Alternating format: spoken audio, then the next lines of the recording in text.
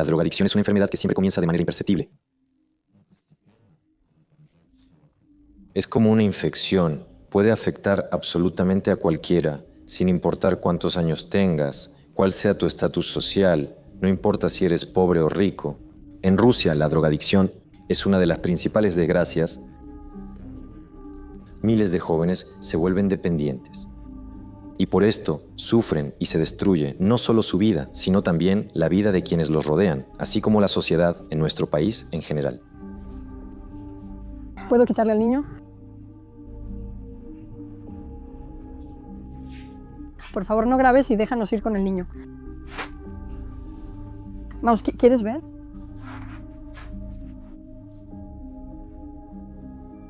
¿Cómo lo llamaron? No, por favor, no lo hagan. Denle otros 41 minutos. Solyaska, ¿qué quieres aquí, Sal? Estamos bebiendo frente al niño. Las drogas, como cualquier adicción, te quitan la salud, destruyen tus principios morales y te alejan de la vida real. Esto convierte a la persona en un adicto que pierde el control sobre su vida.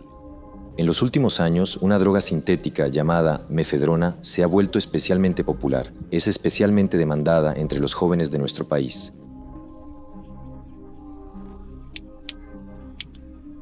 La droga se llama Salts, Mef, Miau.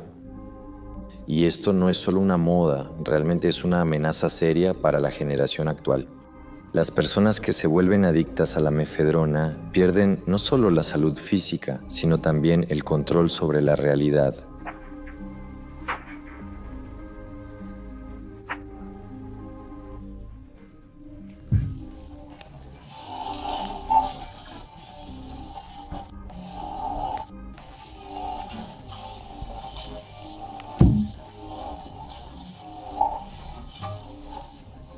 La mefedrona reemplazó muy rápida y fácilmente a los opiáceos, que eran tan populares en los años 2000. Es más barato, más accesible y por eso se está extendiendo tan rápido entre la gente en nuestro país. Desde el año 2017, sus volúmenes de producción y distribución han estado creciendo en progresión geométrica. Y nuestras autoridades policiales prácticamente todos los días encuentran algunos nuevos laboratorios donde se produce. Para algunos, las drogas son una forma de escapar de la realidad y para otros es una manera de cerrarse a los problemas y deshacerse del dolor. Pero en realidad solo agravan los problemas que tienen las personas y destruyen su vida, su presente y su futuro. Pueden volver adicto a cualquiera, a un empresario exitoso, a un maestro, a tu amigo, a tu padre o a tu hijo. Todos ellos, al volverse dependientes, pierden el control sobre sí mismos y caen en una trampa de la que no hay salida. El documental que queremos mostrarles hoy les contará cómo la mefedrona destruye la vida de las personas. Hoy les contaremos las historias de aquellas personas que se convirtieron en víctimas de esta droga. Y les diremos cómo pueden evitar esto. Hoy conoceremos historias reales de personas reales, escucharemos sus problemas y las razones por las que empezaron. Y hoy recibirán lecciones importantes y, lo más importante, consejos sobre qué hacer con la mefedrona y este problema en nuestro país.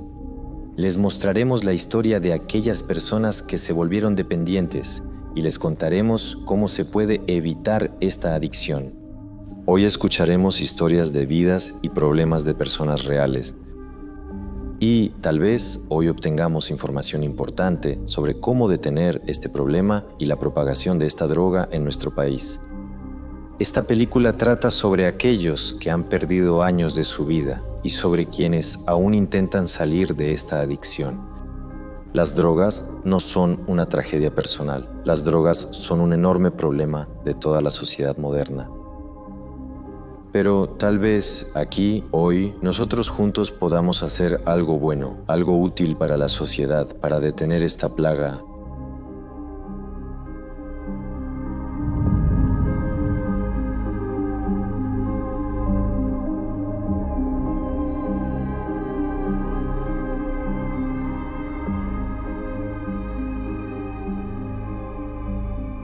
Lo que hay que entender es que la humanidad, la ciencia, la medicina han aprendido a hacer con el cuerpo humano los milagros más increíbles que hace apenas unos siglos o décadas parecían ciencia ficción. Todo lo que tiene que ver con el estado físico de casi todos nuestros órganos, huesos, vasos sanguíneos, la medicina ha aprendido a ayudar, la rehabilitación ha aprendido a ayudar, pero con lo que nosotros, como civilización humana, aún no podemos lidiar es con las enfermedades mentales. Cuidemos la salud mental y general. El cerebro es la parte menos estudiada de nuestro organismo, pero aún así la consideramos la más importante. Y es cuando la persona misma. Ahora volveré al tema de por qué los jóvenes o incluso las personas que ya no son tan jóvenes empiezan a caer en diversas adicciones y a consumir sustancias psicotrópicas. El cerebro y los experimentos con él en la conciencia pública, en la comprensión social, por alguna razón todavía no se consideran algo realmente peligroso.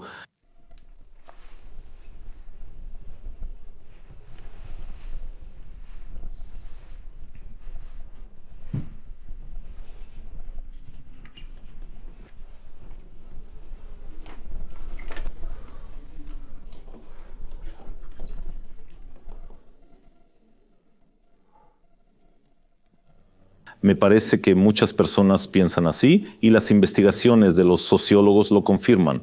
Los peligros de un infarto, una fractura de pierna o problemas en las articulaciones parecen ser mucho más significativos y peligrosos para la vida de una persona que los problemas con el cerebro o la salud mental. El cerebro, aunque invisible como el aire, posee una personalidad y carácter únicos.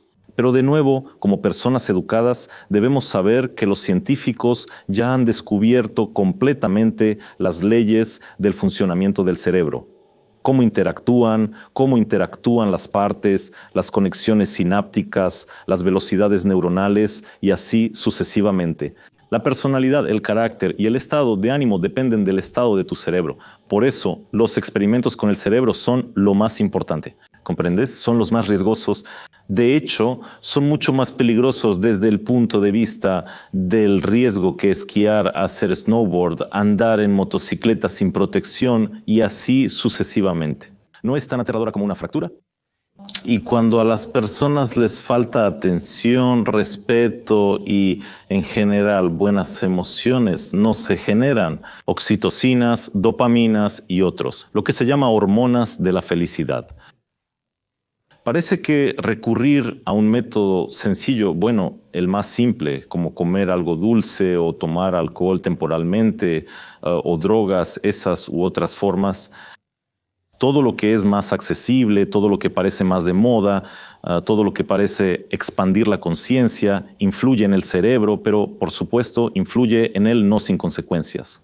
Por eso la falta de atención, de reconocimiento, de respeto, la sensación de seguridad, la carga de ansiedad y responsabilidad en mayor o menor medida, ya sea por uno mismo o por lo que se ha hecho, lleva al camino más sencillo, evitarlo. Bueno, uno se mete algo, la conciencia se expande y parece que ya no hay problema. Es una posición bastante de avestruz que influye de manera directa y negativa en el estado del cerebro. Por eso, una vez más, porque la gente empieza a recurrir a esto por su propia debilidad. ¿Qué llevan a un niño a consumir drogas? Creo que es difícil responder de manera inequívoca. En mi caso, que el niño empezó a consumir drogas a los 13 años. Y esa es la edad en la que el niño percibe el mundo, empieza a percibir el mundo de otra manera. Ya no pone la autoridad de los padres en primer lugar. Y respectivamente las experiencias internas, los cambios hormonales, algunos cambios internos y además el entorno pasan a primer plano. Por lo que he estudiado este tema ya después de la muerte de mi hijo, en realidad muchos llegan precisamente al tema de las drogas por sus experiencias internas. Mi primera línea en la vida ocurrió en el tercer año de la Universidad de Medicina. Yo estudiaba en la Universidad de Medicina. ¿Por qué lo hice? Y fue por curiosidad, simplemente. Alguna vez los chicos describieron que era como unas sensaciones nuevas, agradables. En general, fue por curiosidad. Empezó con las anfetaminas, sobre las cuales había leído mucho, incluso con un manual aparte en la cátedra de farmacología clínica, y yo entendía perfectamente que con un solo uso no pasaría nada. El interés por probar la mefedrona surgió, en primer lugar, porque era una droga legal, como se explicaba en ese entonces en los sitios web y en los puestos de venta. De hecho, en Internet, si se mencionaba Vivain, no se describía como algo muy perjudicial. Y los efectos, la gente describía la euforia, todo eso. La facilidad de acceso fue la razón por la que decidí probarlo. En ese entonces se decía que provocaba una euforia muy fuerte y que intensificaba las sensaciones durante el sexo. La primera vez que lo probé estaba en el 6º año de la universidad. Era el periodo de los exámenes finales y cuando ya los habíamos pasado fue como una especie de recompensa para nosotros por todo el esfuerzo. Terminé la universidad, así que nos reunimos con la compañía y queríamos pasar el tiempo de manera divertida y poco común. Aquí hay que hacer una pequeña aclaración. Yo no amaba el alcohol, no me gustaba beber como todos mis compañeros de clase, mis amigos. No veía ningún placer en eso, lo consideraba como una especie de diversión vulgar. Empecemos por el hecho de que al día siguiente eso no existe. Cuando empiezas a consumir mefedrona, son al menos 2 días, y después de eso viene el cansancio, la depresión, la apatía, la falta de energía, una sensación de humillación personal, de insignificancia. La enfermedad de la adicción, la pasión por las drogas, como una enfermedad de dependencia, se desarrolla desde el momento en que la persona tiene una elección consciente de cómo actuar. Es decir, hay un modelo de comportamiento que se forma desde la infancia. Cómo actuar, o sea, en algún momento ser honesto y en otro mentir. Ir a inscribirse a clases adicionales o fumar con los amigos. Y a partir de esta elección personal y consciente se forma un modelo de comportamiento que al final lleva a una enfermedad como la adicción. El final de la adicción es el consumo. Desafortunadamente nuestra sociedad olvida que la adicción es una enfermedad.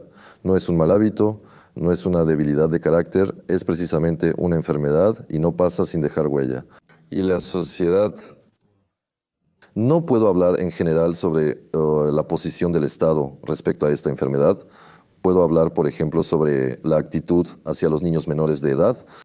Cuando en Rusia no hay centros de rehabilitación, o mejor dicho, solo hay 2 en total, donde existe la posibilidad de tomar cursos de rehabilitación para menores de edad. 2 centros para toda Rusia. Es decir, la respuesta habitual es que se quede enganchado. Cuando cumpla 18 años, la mayoría de edad, estaremos listos para aceptarlo. Abriremos un centro específicamente para la rehabilitación de menores de edad. Mi hijo creció siendo deportista. Durante toda la primaria practicó karate, jugó basquetbol, era un excelente estudiante. Al final del 5º grado empezó la adolescencia y fue bastante notoria. Esto sucedió después de que tuvo la enfermedad por coronavirus. Empezó a tener problemas de cansancio, comenzaron los problemas en la escuela y de alguna manera empezó a dedicarle menos tiempo al estudio. Sus calificaciones empezaron a bajar. En 6º grado tuvo un periodo de transición muy marcado y en 7º grado también tuvo un periodo de transición muy marcado. Acudimos a psicólogos. En particular, yo llevé a mi hijo a consultas con 2 psiquiatras para descartar un síndrome depresivo y para descartar cualquier problema de conducta. Sin embargo, los médicos acordaron que se trataba de una etapa de transición típica. Así es como vives, realmente no entiendes nada, pero vives en un completo desastre. La verdad es que yo tenía una familia de adictos a la sal, todos los criticaban, todos, yo fui la última en caer, estaba en contra, simplemente llegó una chica en un momento y yo sentía muchísima lástima por los adictos a la sal. No entendía por qué corrían así. Bueno, pensé que tal vez debería intentarlo. Tal vez es algo realmente increíble. Pensé que lo intentaría, tal vez ayudaría, pero al final solo sudé. En el verano, después del 7º grado, él empezó a consumir drogas. Desafortunadamente me enteré de esto solo la noche antes de que él muriera. Mi hijo y yo planeábamos mudarnos de Irkutsk a Moscú. Para el 1 de septiembre, Tomás, él ya estaba inscrito en línea en una escuela de Moscú, pero desafortunadamente el 2 de septiembre no despertó.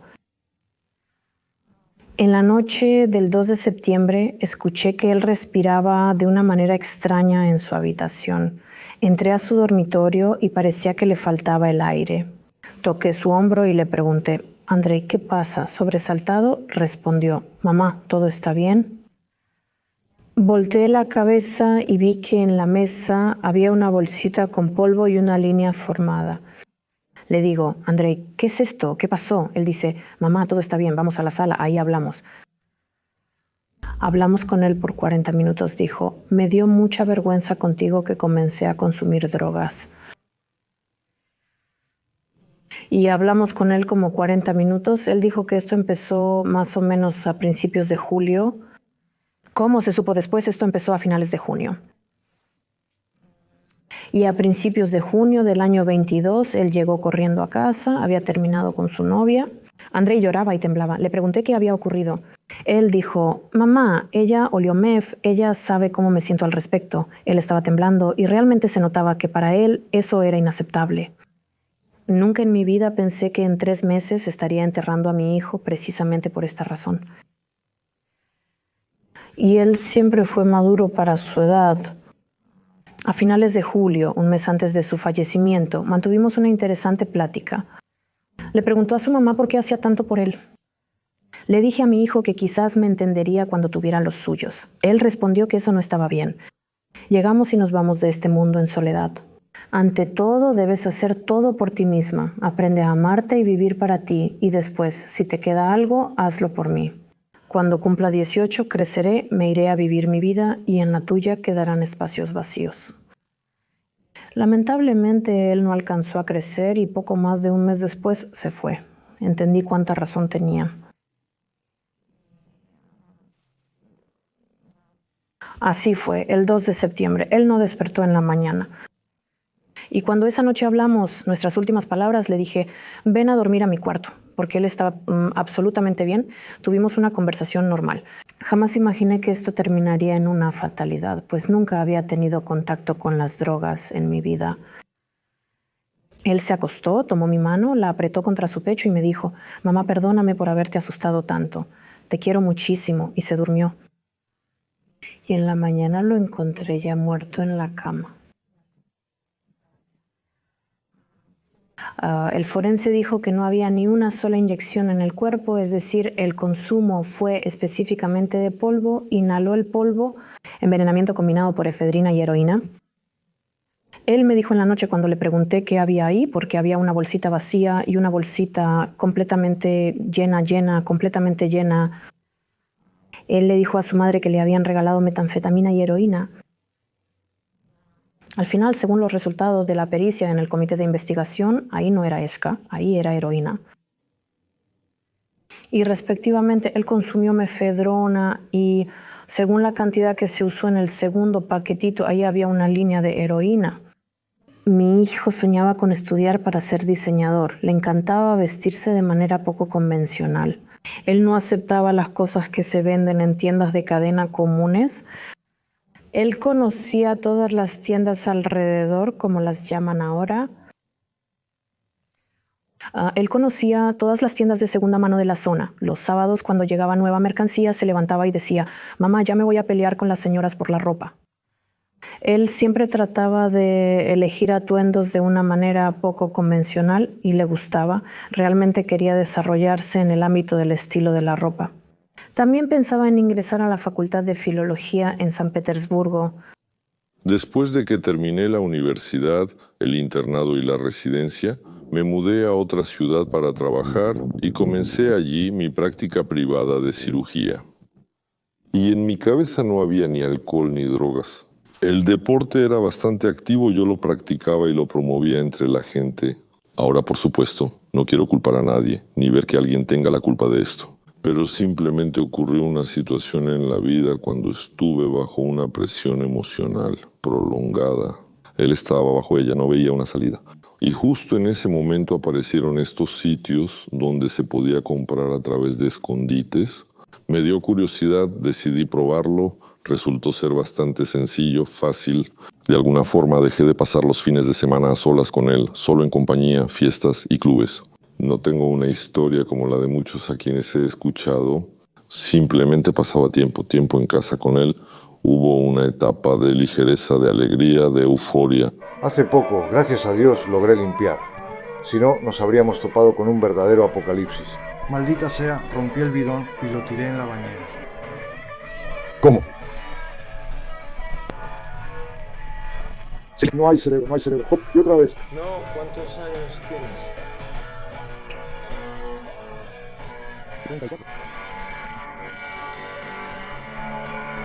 Viví en este departamento durante 34 años. Lo más importante es que nunca me preocupé por los problemas.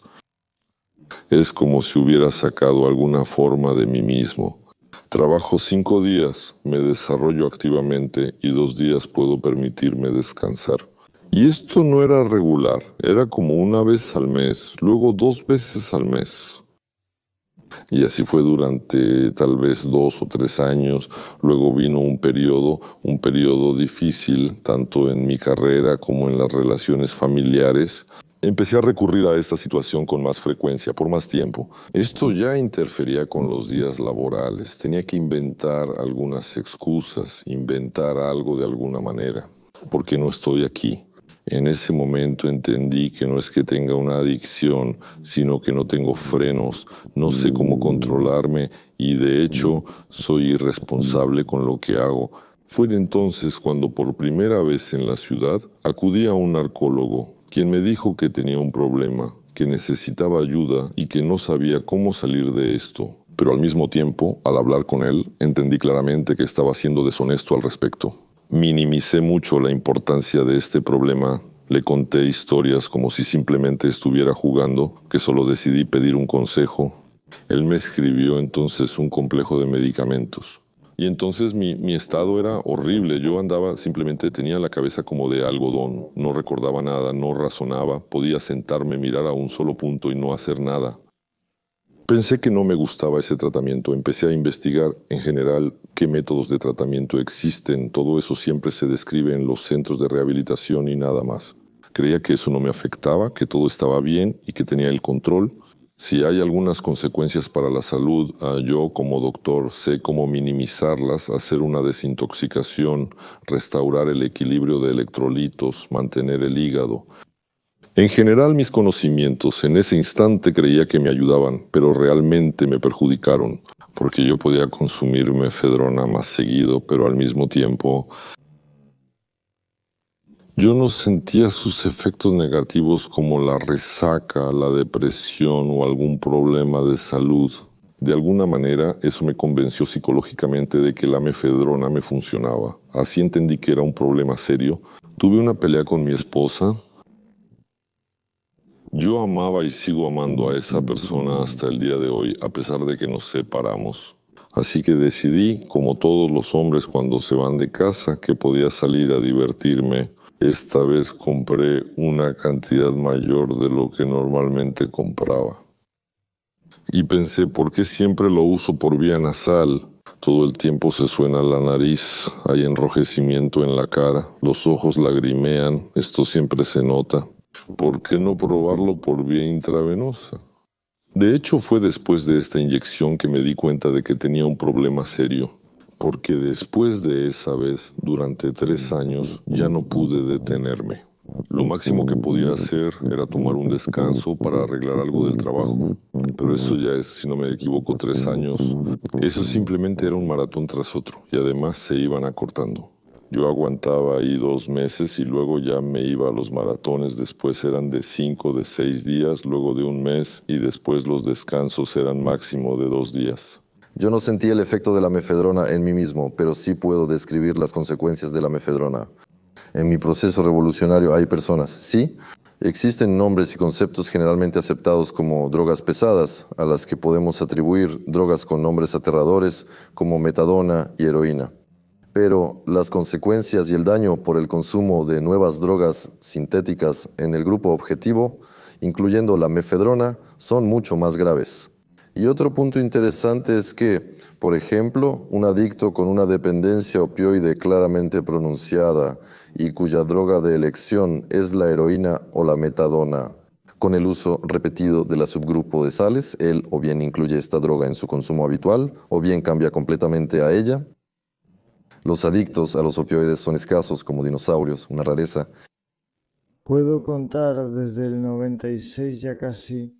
¿Cuánto será eso? Nosotros tenemos 27 años como su edad.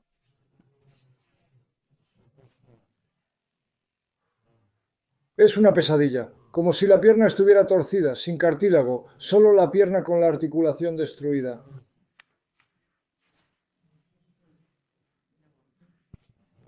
Eso es por la saliapa, ¿sí?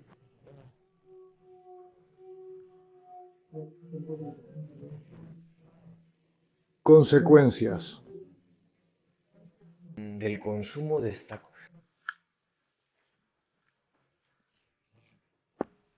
Ya veo, allí. También. De Maric, por supuesto, como un viejo abuelo.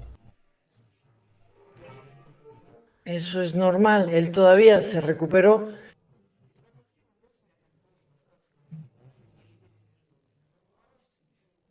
La diferencia entre los drogadictos de los 90 a los 80 y los de hoy probablemente es que los de ahora no impresionan tanto a la gente.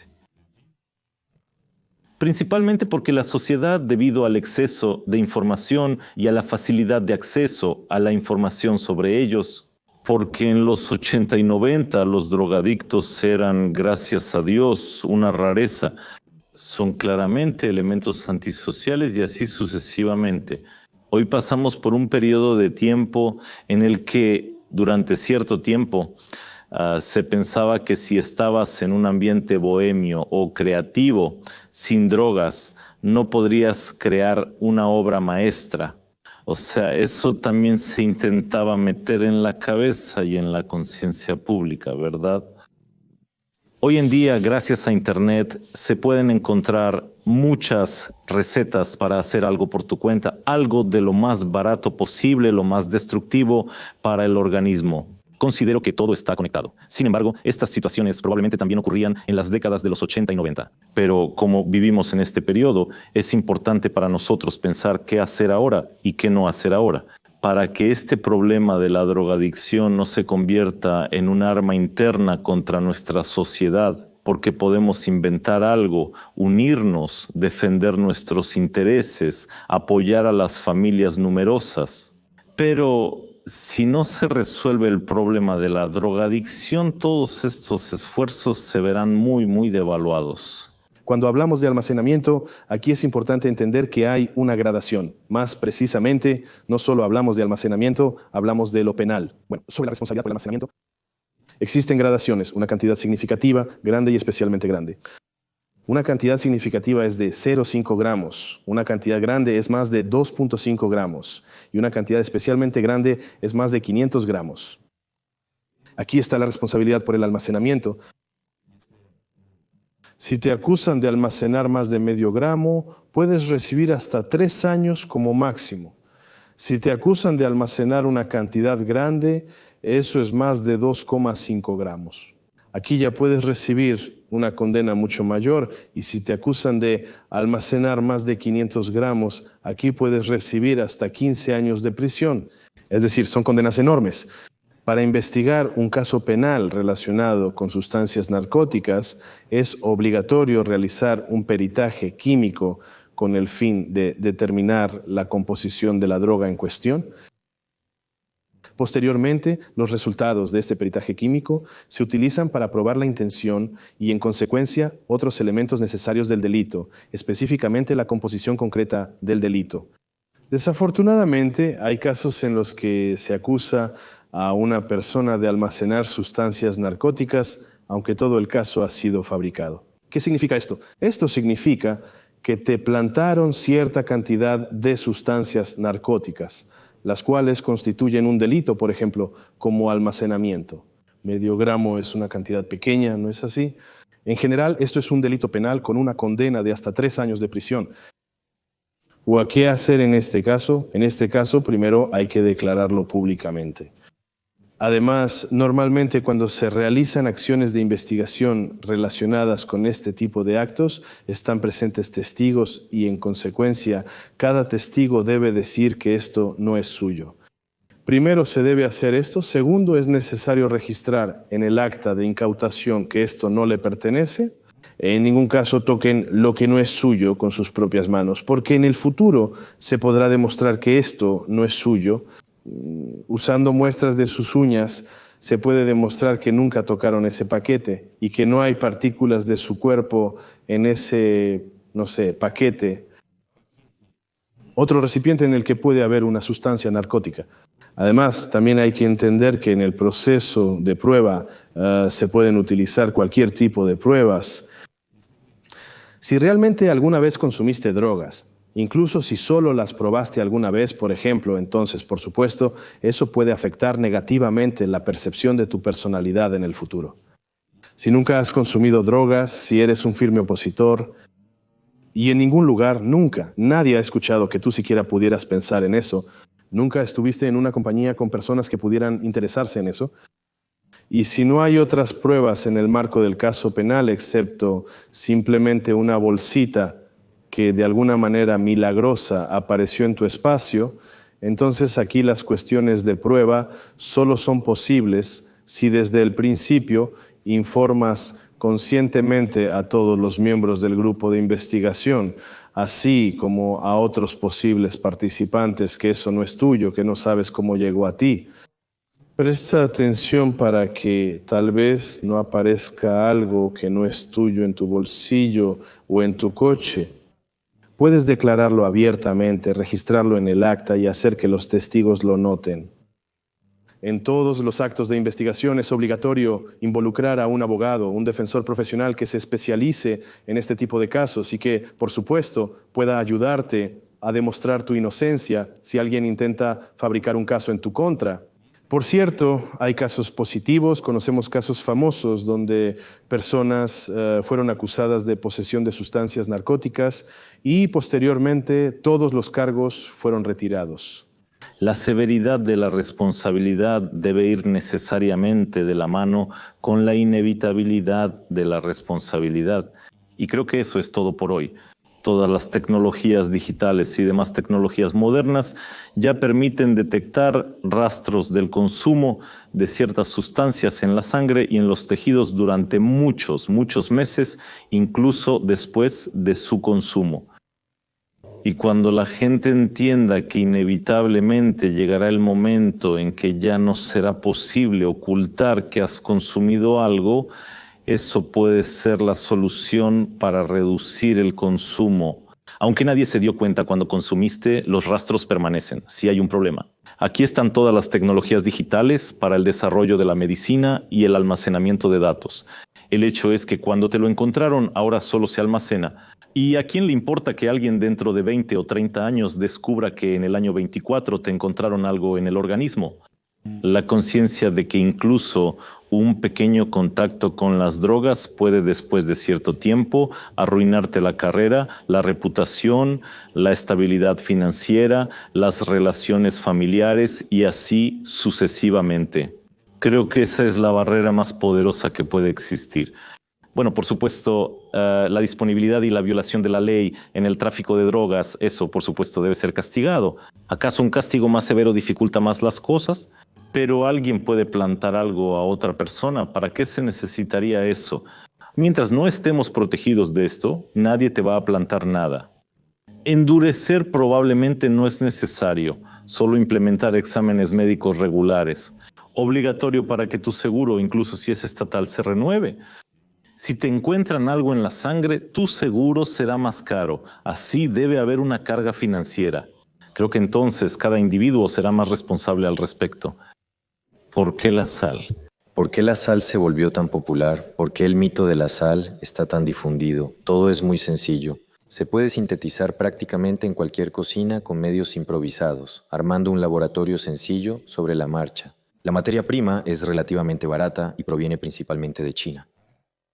Y por eso, a diferencia de muchos otros tipos de drogas que requieren transporte, por ejemplo, como la cocaína desde otros países. Aquí todo es mucho más sencillo. Esta droga se produce aquí, esta droga es de diseño. Hay una gran cantidad, hay diferentes tipos de mefedrona. Es difícil detectarla por diferentes análisis y por eso los analizadores clásicos que se usan, por ejemplo, para detectar rastros de drogas en la orina, por ejemplo, por los empleados de la policía de tránsito, en este caso serán ineficaces. Debido a su fácil acceso, a su bajo costo, porque la dosis cuesta muy poco, la droga también se ha vuelto popular entre los jóvenes. Si la cocaína es cara, la mefedrona no lo es. Y a menudo la gente empieza a consumirla incluso siendo estudiantes de secundaria. Y la forma más sencilla de conseguir dinero para una dosis es tomar mefedrona y vendérsela a tus compañeros, volviéndolos dependientes. Y esto es un problema enorme, porque las personas que son adictas involucran a su entorno en la adicción para tener la posibilidad financiera de seguir comprando drogas. Sashka, nos quedan 2000 rublos, dame 2000 rublos y te doy las cosas después del turno. Te lo llevas todo, lo tomas. Aquí tenemos la oportunidad de sentirnos más. No hay ninguna opción, ni aunque llores, ni aunque no llores. Haz lo que quieras, carajo, maldita sea. Está bien, ahora iremos juntos contigo, tú irás solo y no. Dios quiera que llegues. No. Tú sabes hacerlo así, vamos, no, tú irás. ¿Solo tú? ¿Eres tonta o qué? Sabes que no camina con la pierna, vete a la chingada. A ti.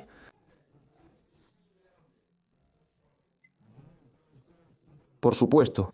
El dinero es tuyo, carajo. Ni siquiera tienes tus centavos. Y aunque tus 500 rublos fueran tuyos, enseguida ladras, le pides dinero a alguien, 2000, un préstamo, otra vez uno más. O sea, sí, ¿no? ¿Qué? ¿Te volviste loco? Solo tengo 2. Miu carago. Al menos 3000, no eres un tonto, yo ni siquiera tengo un centavo. Ya no tengo más. El delito es un acto punible penalmente. Cualquier delito, al ser cometido, es evaluado por los órganos de investigación y luego también por el tribunal en el marco de la investigación judicial. En algún momento, tal vez, los elementos del delito que se consideran con la participación del tribunal, del jurado, por ejemplo, entonces también por el jurado, se evalúan todas las circunstancias y los atenuantes del delito, así como los agravantes de la responsabilidad en caso de comisión del delito. Cualquier estado de embriaguez, ya sea embriaguez alcohólica o embriaguez por drogas, siempre es una circunstancia agravante. Es decir, si alguien comete un delito estando bajo los efectos de la mefedrona, recibirá una condena mayor que una persona que cometa un delito similar estando sobrio. Muchos piensan que la mefedrona no es una droga seria y que no representa una prueba fuerte para el organismo, pero eso no es así. Puede provocar crisis hipertensivas, muertes y discapacidades por traumatismos. Por eso, cuando a menudo vemos en las noticias a un joven que murió de un ataque cardíaco a los 25 años, no entendemos que, en realidad, la causa de la muerte por paro cardíaco en una edad joven podría haber sido la mefedrona. La mefedrona, a menudo, a veces por error, se combina con otros tipos de drogas. La mefedrona, a menudo, puede ser la causa de homicidios, dado que la principal forma de obtener mefedrona es a través de saklatki, escondites. Los mensajeros a veces pueden confundir los escondites y una persona, al recibir 2 dosis de mefedrona, puede combinar la mefedrona con alguna otra droga pesada, lo que en combinación puede llevar a un paro respiratorio. La persona que usó mefedrona y en el segundo paquete resultó ser, por ejemplo, heroína, simplemente muere. Creo que, por supuesto, yo como cualquier madre traté de dar lo máximo, pero no soy perfecta y por lo tanto seguramente algo se me escapó. Crié a mi hijo sola desde su nacimiento, por eso traté de trabajar más para poder darle más oportunidades a mi hijo. En consecuencia, mirando atrás, es muy difícil decirlo porque el periodo de consumo, que ya fue confirmado por el comité de investigación, fue de solo unos 2 meses y medio como máximo. Probó la droga por primera vez el 23 de junio y falleció el 2 de septiembre. La muerte más común de la que he oído por mefedrona ocurre cuando la confunden con metadona en los escondites y la consumen. La tolerancia a ella crece muy rápido. En mi experiencia, hay residentes, chicos mayores de edad de 18 o 19 años, que consumían 8 o 10 gramos de mefedrona antes de dormir y aún así se iban a la cama insatisfechos. ¿Comprenden las cantidades de las que estamos hablando con el consumo repetido? Y no es difícil confundirlo con otra sustancia y sufrir una sobredosis. ¿Cuántas muertes realmente tenemos al año en nuestro país por mefedrona? La estadística oficial es de 10.000. Pero si tomamos en cuenta todas las apuñaladas, todos los asaltos, todos los robos con arma, todos los conflictos domésticos que terminaron mal, todos los accidentes de tráfico donde alguien murió, todos los suicidios que vemos que ocurren cada vez más seguido, entonces la cantidad de muertes seguramente es mayor. Simplemente estas estadísticas es desconocida, no la tenemos disponible y muy a menudo simplemente no sabemos qué fue lo que realmente llevó a la persona al suicidio. Frecuentemente lo atribuimos al amor no correspondido, como lo mencionan los titulares de algunas publicaciones. La persona saltó por la ventana, pero en realidad tal vez la razón por la que salió por la ventana fue precisamente la mefedrona. En la escuela reaccionaron de manera negativa. Este es el primer caso en el que un niño, aunque en ese momento ya era un exalumno del gimnasio, estuvo directamente involucrado. Como ya habíamos retirado los documentos y los documentos ya habían sido entregados a la escuela de Moscú, a la escuela. Este es el primer caso y, en consecuencia, muchas personas estaban muy negativamente predispuestas. En cuanto a otros niños que estaban directamente en los chats con mi hijo, también había alumnos de este mismo gimnasio que consumían. Aunque no es un caso único, sí es el único con un desenlace fatal. ¿Tomaron alguna medida en la escuela para prevenir la propagación y respectivamente el consumo entre los alumnos? Aquí es difícil responder porque nosotros ya nos fuimos de la escuela. Pero los documentos sobre los niños que estaban en el chat directamente y a quienes se les hizo pruebas de drogas fueron entregados a la escuela. ¿Por qué entender las consecuencias del uso de drogas no detuvo a mi hijo? Aún no tengo respuesta a esa pregunta. Porque 3 meses antes de su muerte, él tenía una actitud muy negativa hacia eso. Pero el círculo cercano y su experiencia de consumo, al parecer, influyeron en su decisión. Creo que cada padre se preocupa por cómo proteger a su hijo del consumo de drogas, incluido el mefedrona. Creo que este es el tema más doloroso para personas de diferentes estratos de la población, de diferentes capas de la sociedad. Me refiero tanto a los pobres como a los ricos. Lo más probable es que ser parte de una gran familia, no alejarse ni intentar distanciarse de tu hijo, estar en contacto con él, ser amigo de tu hijo y explicarle que eso está mal, mostrarle con tu propio ejemplo que eso está mal. No consumir uno mismo, por supuesto, ningún tipo de drogas, sustancias psicotrópicas, tratar de no consumir alcohol, no fumar. En general, todos estos hábitos pueden formar una percepción negativa por parte del niño y al mismo tiempo una positiva desde el punto de vista de la posibilidad de repetir esa experiencia. Creo que el amor, la atención, la amistad con mi hijo me permitirá, incluso a mí como padre, limitar el posible consumo de mefedrona y otras sustancias narcóticas. Además, nos preocupa el entorno en el que se encuentran. Creo que el entorno social es muy importante para poder limitarlo. Si les damos la oportunidad a los niños de estar todo el tiempo en la calle sin preguntar por ellos, sin saber qué hacen ahí, con quién se relacionan, si no conocemos a sus amigos ni de qué familias provienen, entonces el riesgo de que puedan consumir diferentes sustancias y tal vez comportarse de manera inadecuada, no como nosotros queremos, aumenta. Es mucho mayor y más alto. Y si de todos modos participamos en la vida de nuestros hijos, tratamos de darles una educación adicional, además de la básica. Tratamos de interesarlos en algunos pasatiempos interesantes, tratamos de sumergirlos en algunos espacios interesantes. Todo el tiempo tratamos de organizar la vida del niño de tal manera que esté ocupado en algo positivo y entonces cuando se acostumbre a estar siempre haciendo algo positivo. Pero aquí lo más importante es no sobrecargar al niño, porque si lo sobrecargamos, buscará la manera de relajarse de forma urgente y descargarse más rápido. Por eso me parece que cosas tan simples permiten evitar posibles manifestaciones negativas por parte de los niños.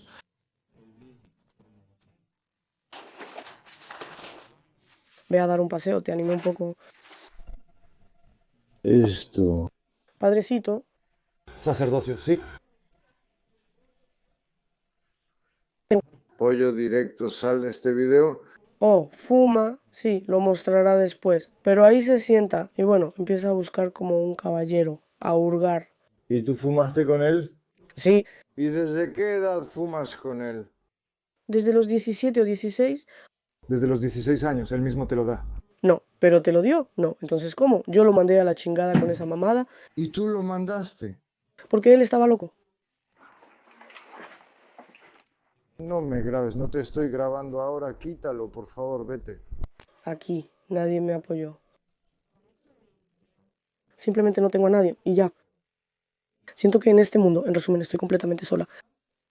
Intento hacerle entender a todos que, bueno, estoy hecha a pedazos, me estoy hundiendo moralmente, estoy rota, no quiero vivir y en general simplemente tengo un desastre en la cabeza. No comprendo el propósito de mi existencia. Pero entiendo que soy adicta y eso está de la chingada, sí.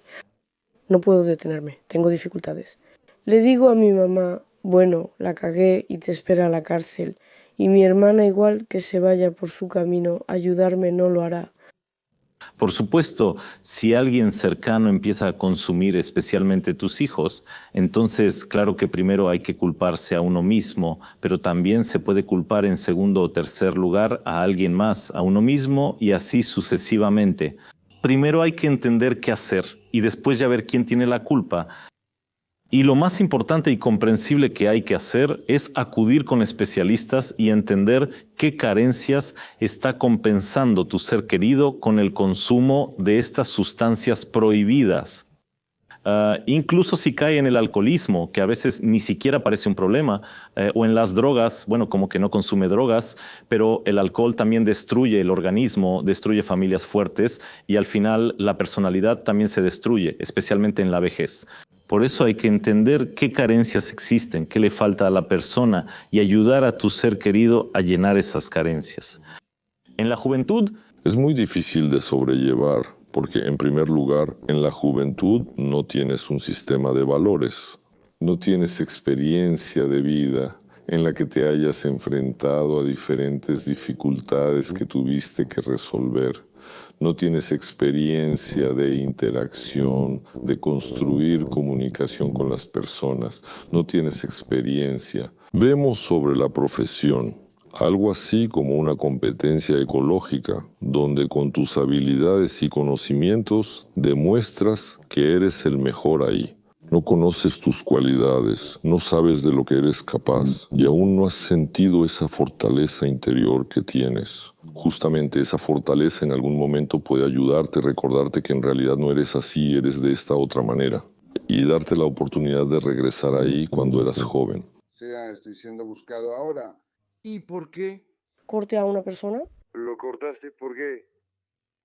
Bueno, esperen, no me dejaron salir de la tienda, yo estaba borracha por la hierba, solo fui a hacer un escándalo. Ya tuve mis juicios. ¿Cuántos? Bueno, en resumen, me tenían que mandar a un tratamiento ambulatorio. Yo provenía de una familia donde todos fumaban sales. Fui la última en empezar, a pesar de que inicialmente estaba en contra. Sentía pena por los que usaban sales, no comprendía por qué corrían de esa manera. Bueno, pensé, tal vez debería probar, caray, a lo mejor es algo realmente increíble. Pensé, tipo, voy a probar, tal vez ayude, pero al final simplemente, bueno, yo quería. ¿Cuánto tiempo fumé? 2 semanas, luego lo dejé por completo y ya no fumé para nada. ¿Y cuánto tiempo llevas consumiendo ya?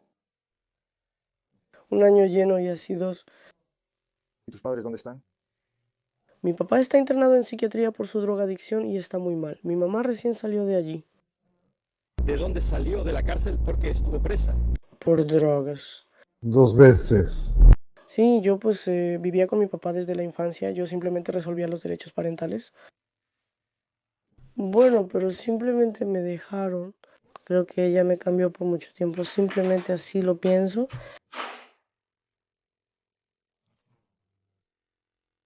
Antes consumía heroína, luego empezó con la sal.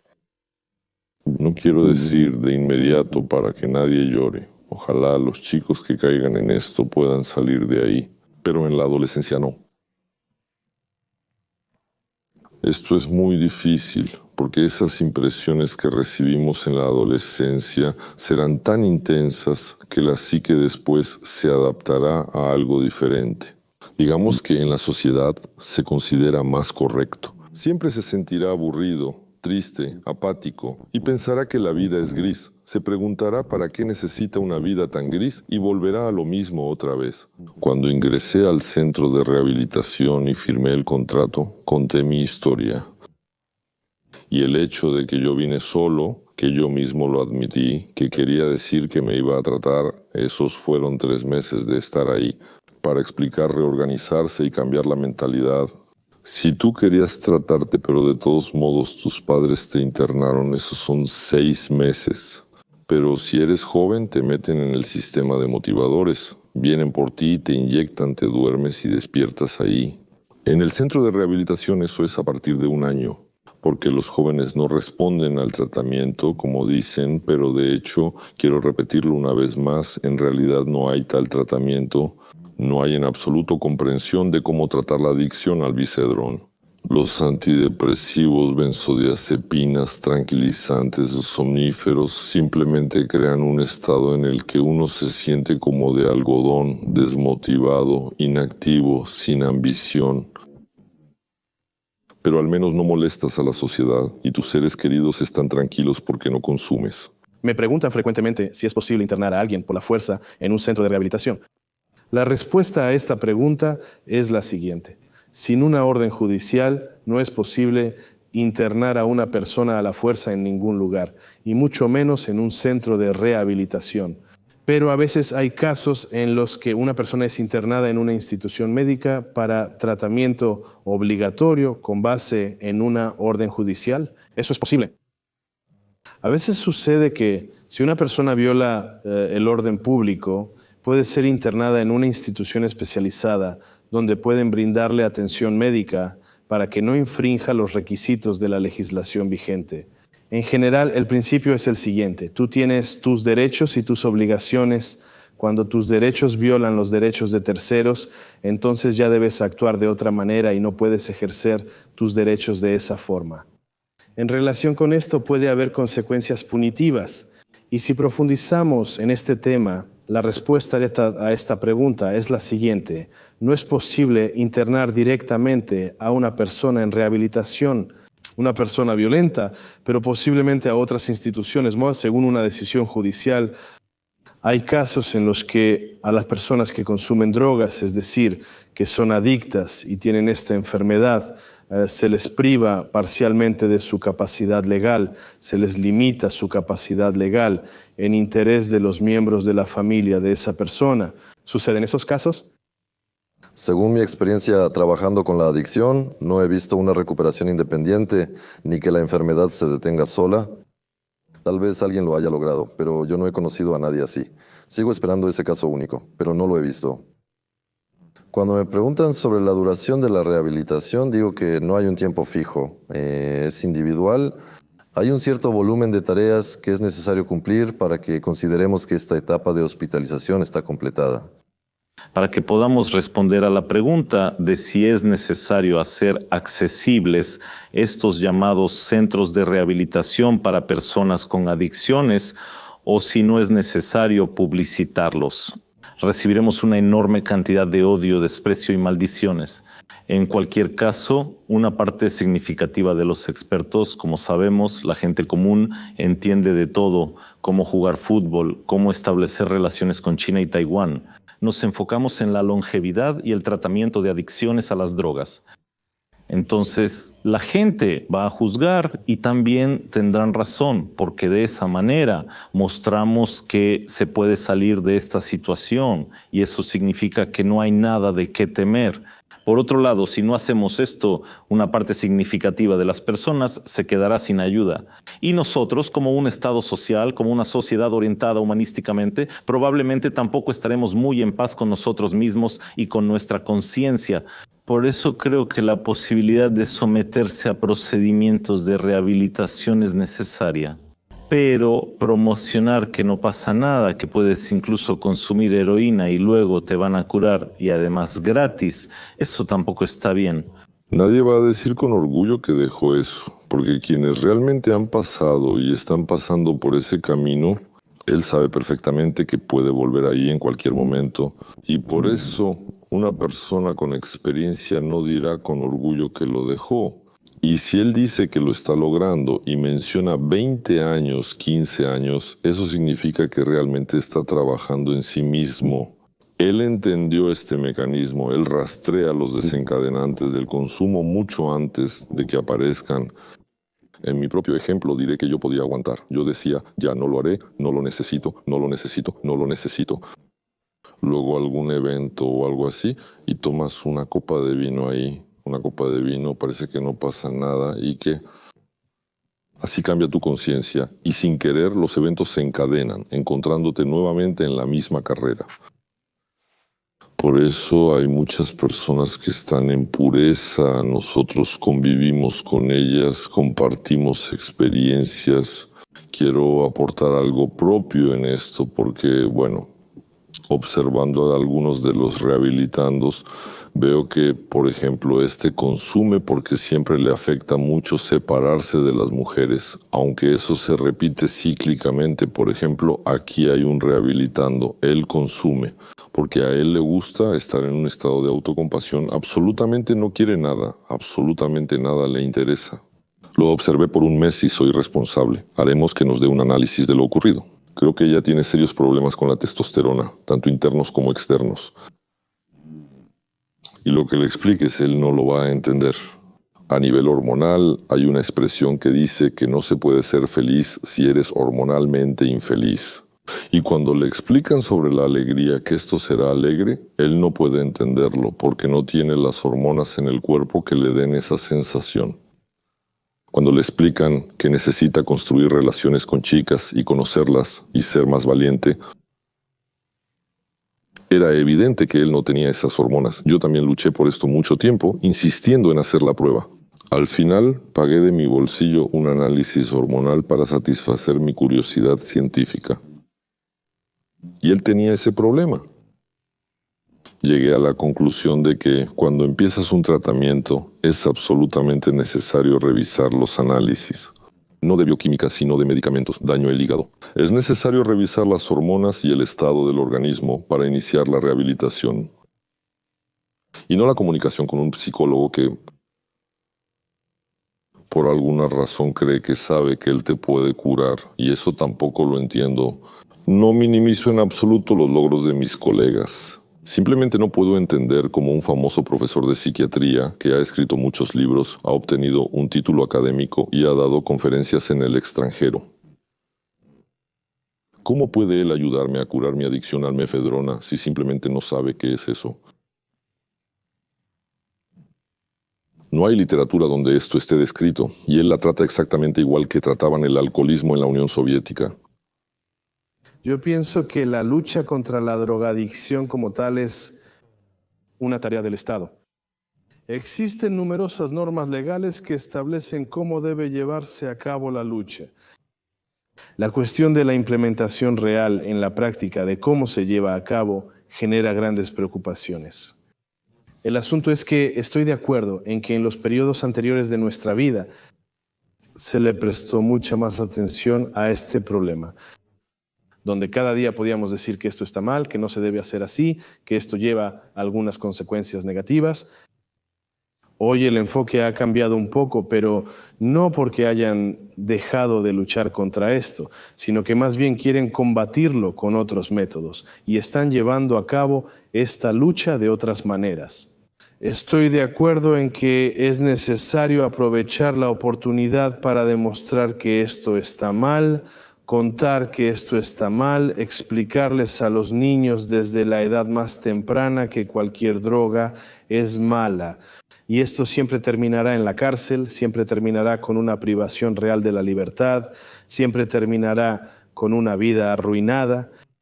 Pero al mismo tiempo llamo la atención sobre el hecho de que tenemos para todas las personas que han salido de la cárcel, un procedimiento de socialización en la sociedad y su integración a la vida civil, a la vida pública y al empleo, y así sucesivamente.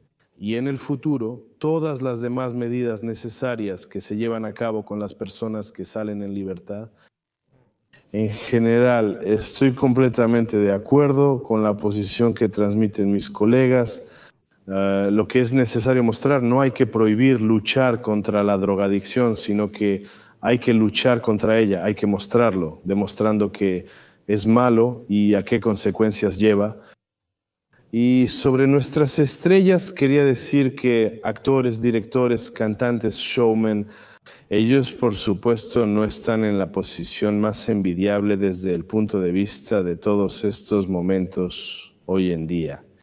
Porque por lo general estas personas, yo he hablado mucho sobre esto también, tienen habilidades, talento, pueden ser necesarios, útiles, showmen efectivos, buenos actores, directores, cantantes y cosas por el estilo. Al mismo tiempo, a pesar de todo, son personas desprotegidas. Son las personas más desprotegidas en nuestro mundo, para ser honesto. Al menos en nuestro país es exactamente así. Lo sé de primera mano porque trabajo con algunos de ellos y diferentes personas los engañan todo el tiempo. Y también pueden ser sumergidos deliberadamente en ciertos ambientes, ya sean negativos o hiperpositivos, que supuestamente parecen ser para ellos, para engañarlos de alguna manera, confundirlos y obtener algún beneficio de ellos, incluyendo un beneficio material, porque gracias a Dios estas personas hoy en día ya son personas acomodadas, personas exitosas, y a ellos por supuesto nadie les enseña, así entre nosotros nadie nunca les enseña cómo deben comportarse desde el punto de vista del cumplimiento de las leyes, cómo deben presentarse, qué se puede decir, qué no se puede decir, nadie les enseña eso. Les enseñan a ser actores, cantantes, intérpretes, en general les enseñan su profesión, pero ¿qué hacer con la riqueza que han ganado después? Nadie les enseña eso. Y lo más interesante es que ni siquiera existe una profesión, una especialidad que pueda acompañar a estas personas en el futuro. Por ejemplo, un director de alguna persona maravillosa y famosa, este director, ¿de qué es responsable? Él es responsable, por supuesto, de los eventos en los que participa este intérprete. Bueno, Shini, ¿acaso él es responsable de las palabras que dice en público? ¿Acaso él es responsable de con quién es amigo? ¿Acaso él es responsable de lo que acepta o toma? No, no es responsable. ¿Acaso él puede obligar a su actor, a su intérprete o a la persona a la que acompaña a organizar de alguna manera la estructura corporativa de su negocio? No. ¿Y quiénes son estas personas que ayudan a los creativos exitosos, a quienes han alcanzado el éxito en su vida más adelante? ¿Existen esas personas? La respuesta a mi pregunta es obvia. Son personas que han sido especialmente capacitadas para ser abogados, por ejemplo, financieros, administradores de algo. Son personas que son un engranaje separado en este sistema de coordenadas.